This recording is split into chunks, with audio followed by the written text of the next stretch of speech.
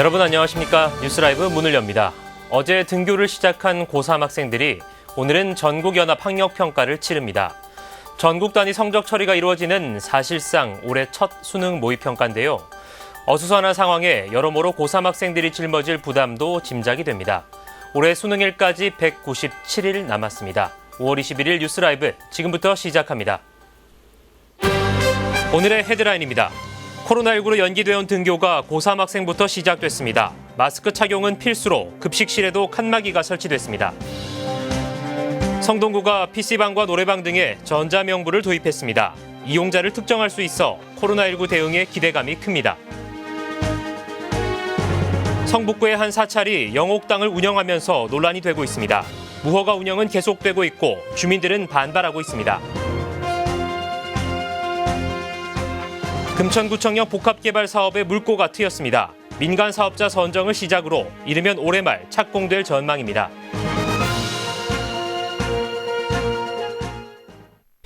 오랫동안 닫혀있던 교문이 열렸습니다. 고3 학생들부터 등교 수업이 시작됐는데요. 오랜만인 학교에 설레면서도 코로나19에 대한 염려도 적지 않았습니다. 현장에 이주협 기자가 다녀왔습니다. 종로구의 경복고등학교입니다. 조용했던 학교가 오랜만에 활기를 띱니다. 고3 학생들부터 등교를 시작했기 때문입니다. 학생들은 친구들과 선생님을 만날 생각에 설레면서도 방역수칙을 지키기 위해 조심스러운 모습이었습니다. 거리두기에서 하나씩 떨어졌어. 마스크 착용은 필수였습니다. 학생들은 교문과 현관 앞에서 2차례 체온 측정을 해야 교실로 들어갈 수 있었습니다. 복도에선 층별 일방 통행을 실시하고 학생 간 접촉을 최소화할 예정입니다. 급식실도 자리마다 칸막이가 설치됐고 질서지도 선생님이 배치돼 학생들을 통제합니다. 모든 학생들은 등교 전 온라인으로 자가건강 체크를 실시해 이상이 없는 학생만 등교할 수 있습니다.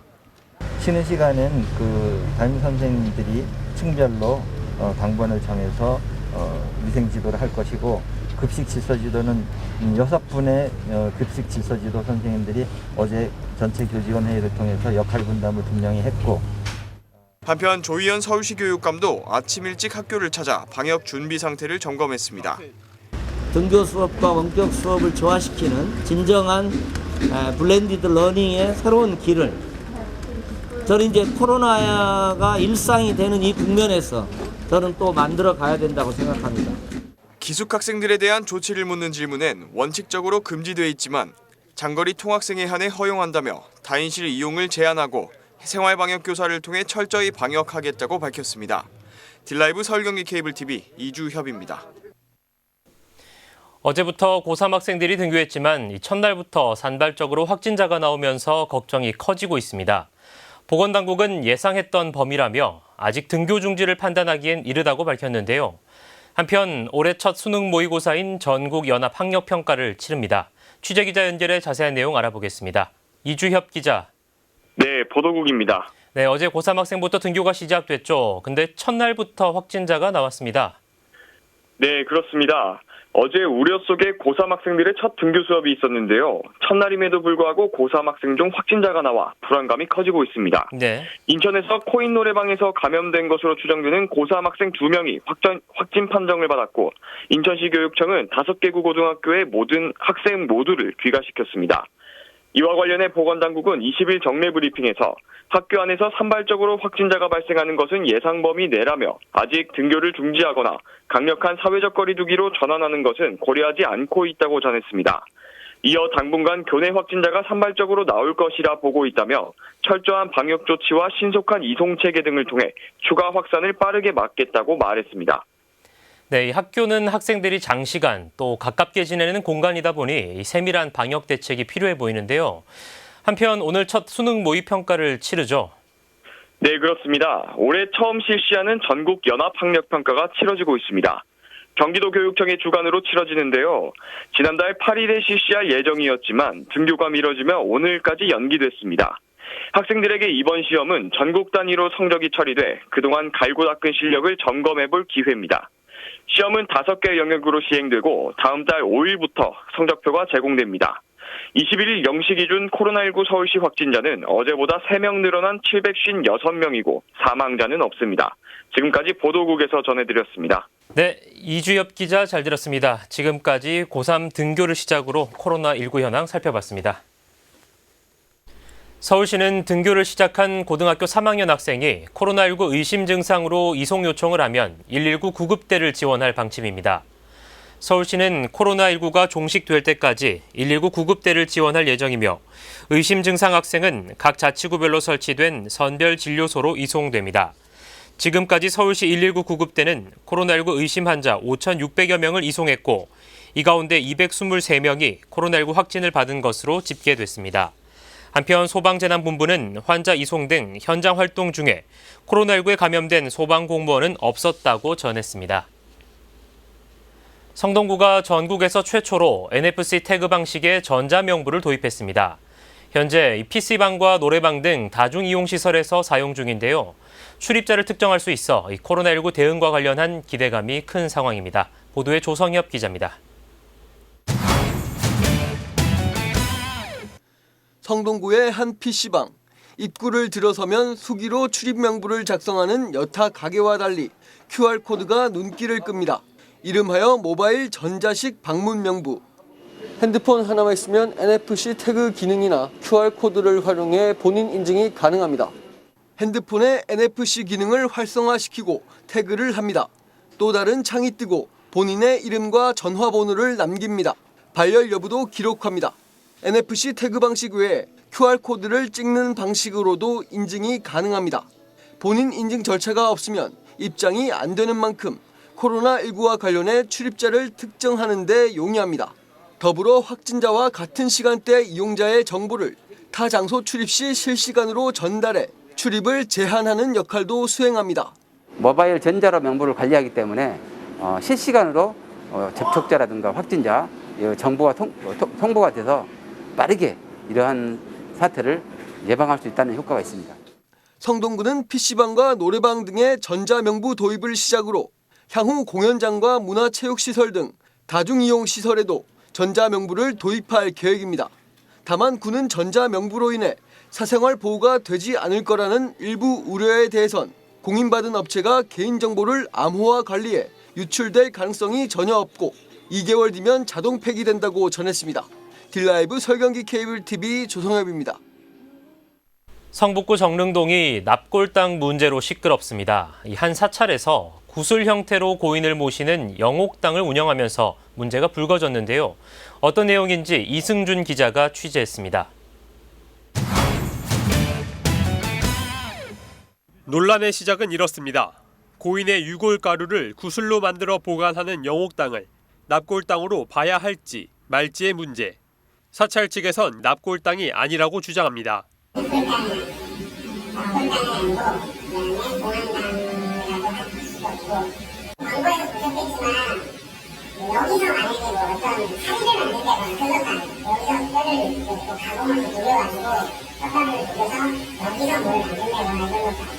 하지만 성북구청에선 해당 시설을 봉안시설로 바라보고 있습니다. 다만 확실한 판단을 위해 현재 서울시와 보건복지부에 유권 해석을 의뢰한 상태입니다. 근데 다만 이제 현재는 저희가 이거를 봉안시설로 보고 관련된 행정처분 절차를 진행을 하고 있거든요. 뭐 봉안시설로 신고되거나 한 시설이 아니고요. 문제는 영옥당에 대한 판단이 결론나지 않은 상태에서 현재 운영을 하고 있다는 겁니다. 실제로 신문과 인터넷엔 이미 광고가 나갔습니다. 또한 해당 사찰 입구엔 대형 광고판이 자리 잡고 있습니다. 애초부터 허가받지 않은 사실이 서울시로부터나 구청으로 허가받지 않은 그거를 확인을 했고 계속 분양을 하고 있을 거고 그 사이에 이 납골을 이제 하시려는 그 주민들의 피해는 계속 늘어나실 거라고 생각합니다. 그래서 인근 주민들은 불법 운영이라며 반발하고 있는 상황. 곳곳에 현수막을 걸며 운영 중단을 요구하고 있습니다. 사실상 사람 인고를 가공을 했으면은 그 납골입니다. 사실 뭐 영옥이니 뭐니 그걸 떠나서 사람 인고를 이용한 건데 그걸 그렇게 해가지고 불법적으로 저렇게 움직이는 거에 대해서 한편 성북구청은 무허가 운영에 대한 행정처분을 내리겠다고 밝혔습니다. 딜라이브 서울 경기 케이블TV 이승준입니다. 네, 성북구 정릉동의 영옥당 문제, 이 사안 취재한 이승준 기자와 좀 더 자세한 얘기 나눠보겠습니다. 이 기자, 이 영옥당 조금 낯선 느낌인데요. 정확히 어떤 시설입니까? 네, 앞서 기사에서도 보셨듯이 영옥당이란 시신을 화장한 후에 나오는 유골가루를 구슬 형태로 만들어 보관하는 곳입니다. 고승들이 입적할 때 사리가 나오는 것에 착안해 불교계에서 새롭게 시작되고 있는 장묘 형태인데요. 그렇다 보니 이 영옥에 대한 법령 해석이 각기 다른 사항입니다. 장사 등에 관한 법률에 따르면 봉안시설을 다음과 같이 정의하고 있는데요. 유골이나 유골 가루 등을 가리키는 문구는 있지만 유골 가루를 이용해 만든 구슬의 개념을 정확히 지칭하는 문구는 없습니다. 정릉동 영옥당의 사례의 경우 이를 이용한 것으로 보이는데요. 실제로 납골당 등 사설 봉안시설을 운영하려면 관할 지자체장에게 신고해야 합니다. 정릉동의 경우 봉안시설로 해석하지 않아 신고 없이 영업을 하고 있는 겁니다. 그렇다면 법 해석의 사각지대를 노린 것으로 볼 수도 있는데 그렇다면 봉안시설이 아니라는 결론이 나올 수도 있습니까? 네, 현재 서울시와 보건복지부의 해석이 나와봐야 정확한 답을 알 수 있겠지만 사실상 힘들 것이란 의견이 지배적입니다. 실제로 정릉동 영옥당의 광고를 보면 직접 납골당이라는 표현을 쓰고 있습니다. 봉안시설의 뜻을 이용하고 있지만 법적으로는 봉안시설이 아니라는 건데 이렇다 보니 성북구청에선 현재 허가받지 않은 시설로 간주하고 행정처분을 내릴 계획입니다. 결국 정확한 결론이 지어지지 않은 상태에서 영업을 강행하고 있는 상황인데요. 해석 결과에 따라 현재 영옥당을 이용 중인 주민들에게 피해가 끼칠 가능성도 배제하긴 어려운 상태입니다. 그렇다면 반대로 이 봉안시설로 인정받을 경우 현재처럼 운영은 계속할 수 있습니까? 네, 법령 해석이 봉안시설로 규정하더라도 계속해서 영업을 하긴 어려워 보입니다. 현재 영옥당에 위치한 토지의 지역 및 지구, 지정 여부를 확인해 봤는데요. 군사시설 보호구역은 물론 교육환경보호구역으로도 설정되어 있습니다. 군사시설 보호구역의 경우 건물 신축이 금지돼 개발이 어렵고 특정 시설 운영의 경우 군과의 협의가 필요합니다. 결국 영옥당 운영을 위해선 서울시와 군 두 곳의 허가를 받아야 하는 건데 문제는 어렵게 허가를 받더라도 교육환경보호구역이 발목을 잡습니다. 영옥당 인근 200m 이내에는 초등학교가 자리 잡고 있는데요. 이 경우 납골당 같은 봉안시설은 설치 및 운영 자체가 불가능합니다. 실제로 지난 2005년 노원구에선 한 종교단체에서 납골당을 운영하려 했으나 주변에 학교가 인접해 있다는 이유로 반려당한 바 있습니다. 네, 그렇군요. 현재로선 이 봉안시설 인정 여부가 관건인데 아직 결론이 나지 않았고 또 주민들의 반발이 있는 만큼 현재처럼 계속 운영을 하는 건 분명 논란의 소지가 있어 보입니다. 이승준 기자 잘 들었습니다.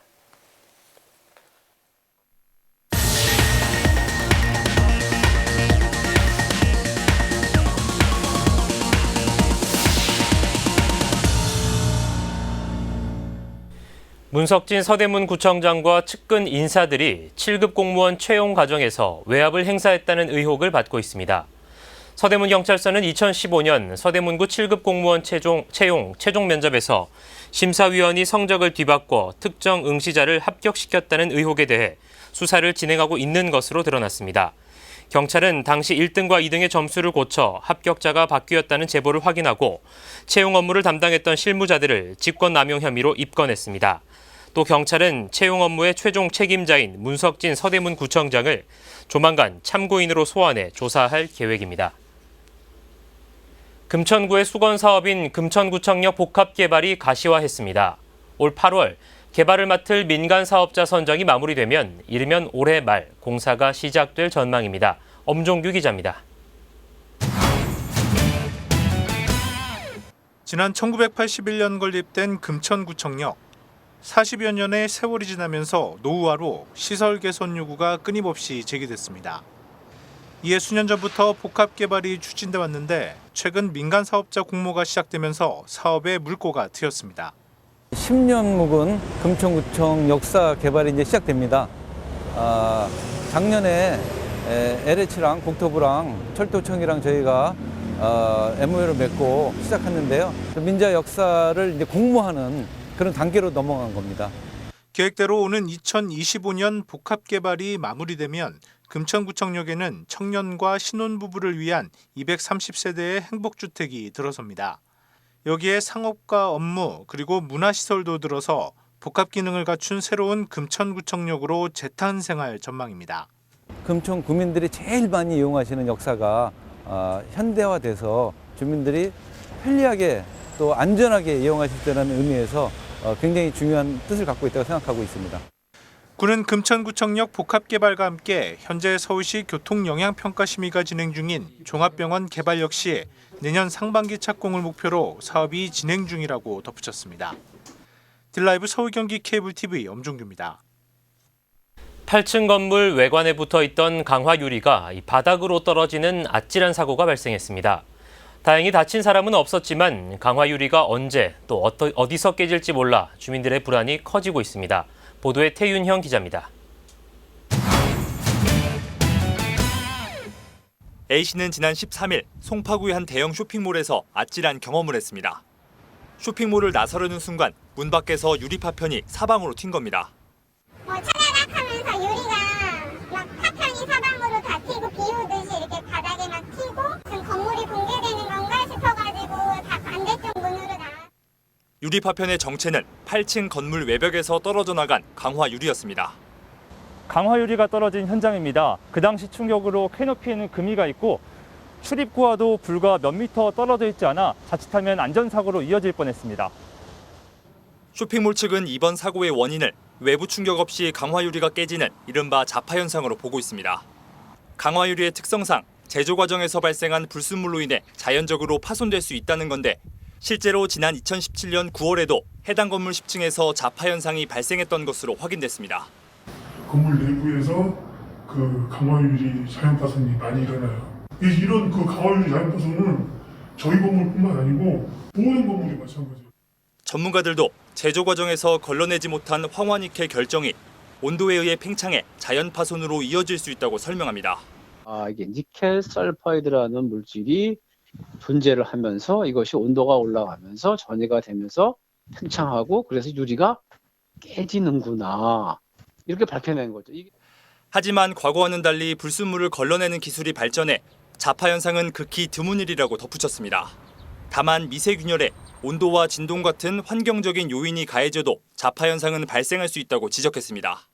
마이크로 크랙이 가공 중에, 이동 중에 혹은 시공 중에 혹은 사용자가 사용 중에 균열이 들어갔고 이 균열이 이제 바람, 그러니까 진동, 그리고 온도 변화, 그리고 습도 변화 이런 외부 환경 때문에 이제 점점점 커가다가 임계값이 돼서 이제 자파가 일어나는.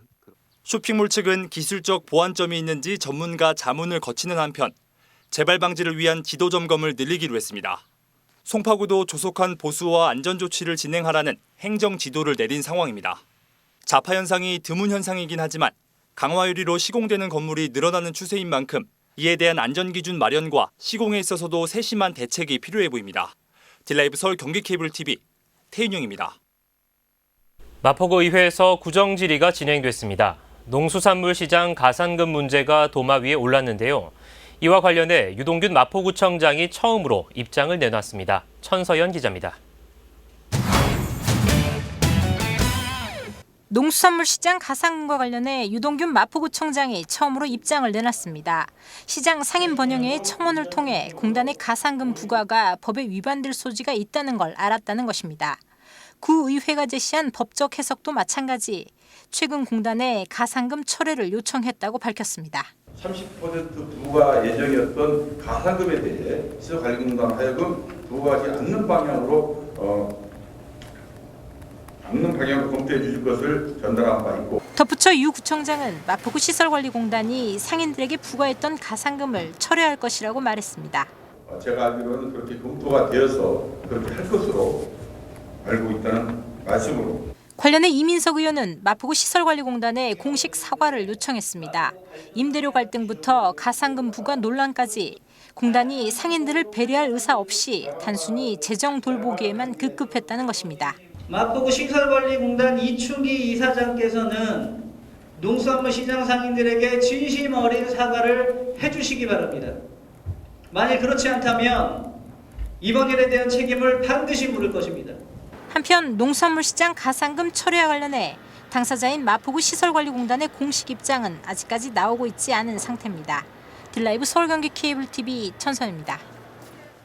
서울시가 지자체 최초로 감염병 연구센터와 역학조사실을 만들겠다고 밝혔습니다.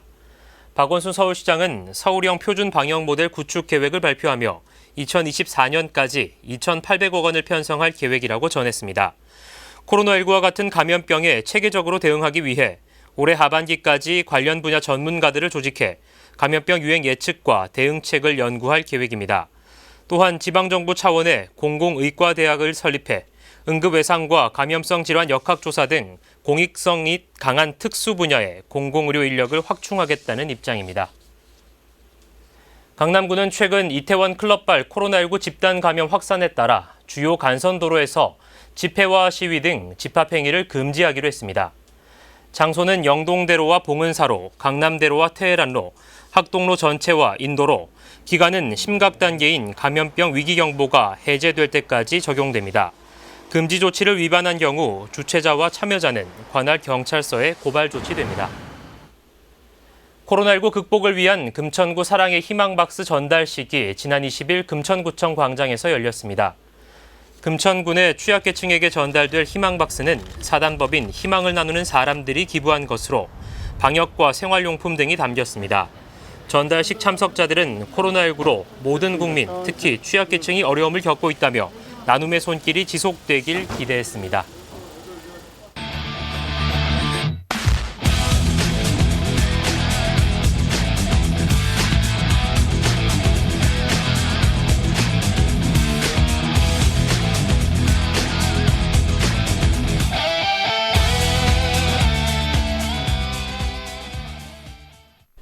다가온 여름 서울시가 무더위를 앞두고 아파트 경비실에 미니 태양광 무상 보급을 추진합니다. 경비실의 냉난방 설비 사용 부담을 줄이기 위함인데요. 쉽게 얘기하면 입주민 눈치 보지 않고 경비원들이 에어컨을 사용할 수 있도록 한다는 거죠. 하지만 이 태양광 설치마저도 아파트 관리 주체의 동의가 필요한 현실입니다. 또 하나, 여전히 에어컨 없는 경비실이 수없이 많다는 사실 생각해 볼 문제입니다. 뉴스라이브 마칩니다. 시청해 주셔서 고맙습니다.